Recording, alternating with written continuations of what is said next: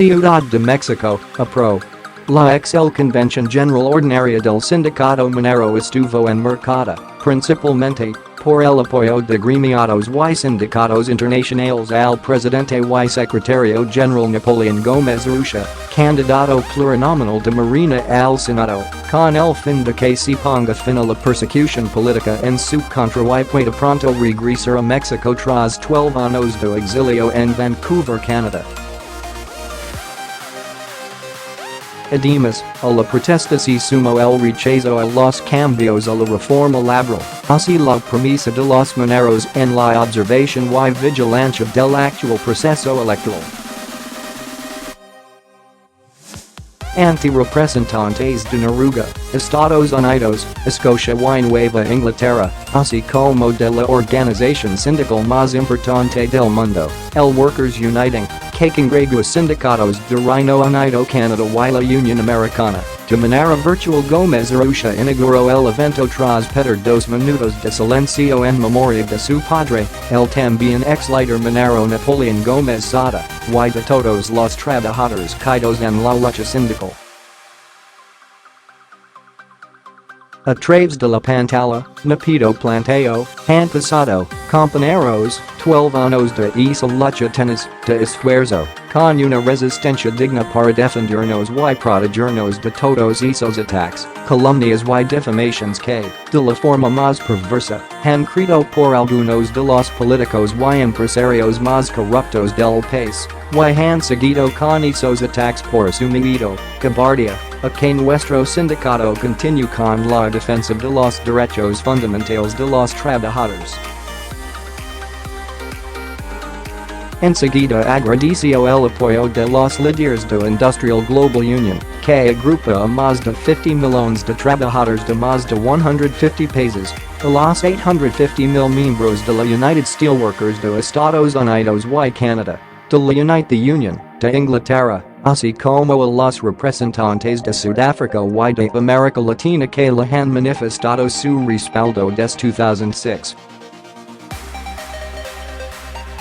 Es una lucha que ha ido más allá de las fronteras de México.Es es una lucha que se ha internacionalizado porque aquellos que nos atacaron, de manera torpe, ignorante y perversa, no sabían con quién estaban tratando, porque los mineros somos de un metal muy duro, celebró. En su discurso, el director nacional para Canadá de la United Steelworkers, Ken Newman, consideró que se vive un momento decisivo en la historia de México, como es la elección más importante de la historia electoral del país.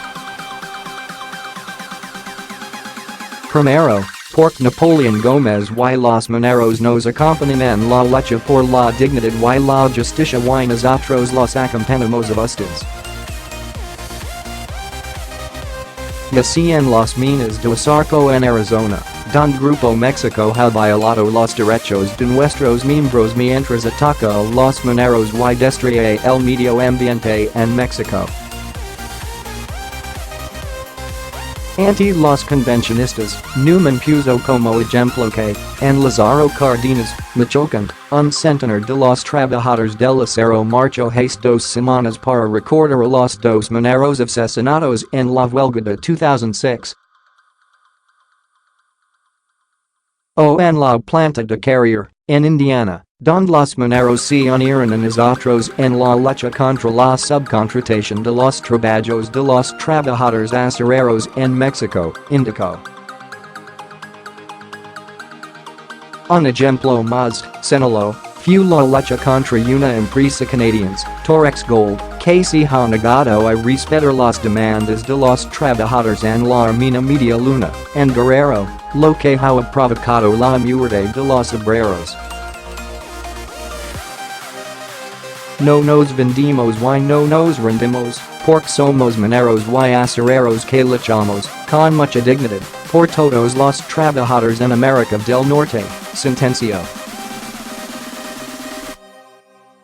Luego resaltó que acudían a México porque tienen la oportunidad de cambiar las reglas de la economía de América del Norte que perjudican a los y los trabajadores en todos nuestros países. el sistema de contratos de protección y los sindicatos dominados por los patronos en México mantienen los salarios bajos y condena a millones de trabajadores a la pobreza, agregó. También destacó que los bajos salarios en México alientan a las empresas a cerrar fábricas y recortar los salarios en Canadá y Estados Unidos, aunque la solución es muy simple, salarios más altos para los trabajadores en México. Newman consideró que para lograr lo anterior se debe acabar con los sindicatos corruptos, sometidos que no defienden a los trabajadores. Ustedes hicieron un gran comienzo, el mes pasado, al derrotar el mal dictamen de la reforma laboral, patrocinado por los senadores de la CTM y la CRA. Ahora, en las negociaciones del TLCAN tenemos la oportunidad de establecer protecciones fuertes para los derechos de los trabajadores para elegir a sus propios sindicatos y negociar contratos colectivos justos, indicó.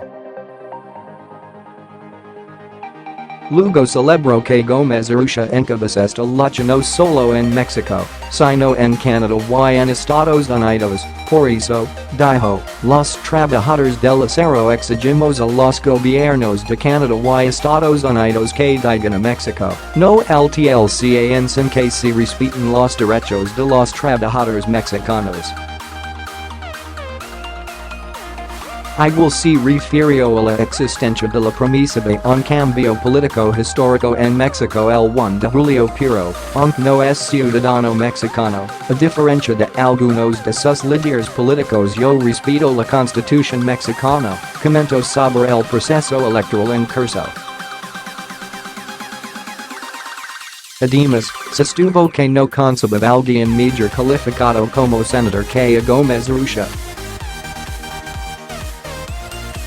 Y agregó, el candidato que decidió poner a Napoleón en su lista es un tipo bastante inteligente, señaló el líder sindical canadiense, en alusión al presidenciable Andrés Manuel López Obrador, a quien no mencionó por su nombre. En el acto, además de los internacionalistas, acudió la exdiputada federal Luisa María Alcalde, propuesta por López Obrador como futura secretaria del Trabajo. Marcelo Ebrard, coordinador de campaña del Tabasqueño por la primera circunscripción electoral, la que comprende los estados de Jalisco, Nayarit, Sinaloa, Sonora, Baja California Sur y Norte, Chihuahua y Durango. También estuvieron presentes el coordinador del Partido del Trabajo, Alberto Anaya, y el redactor de 50 empresarios.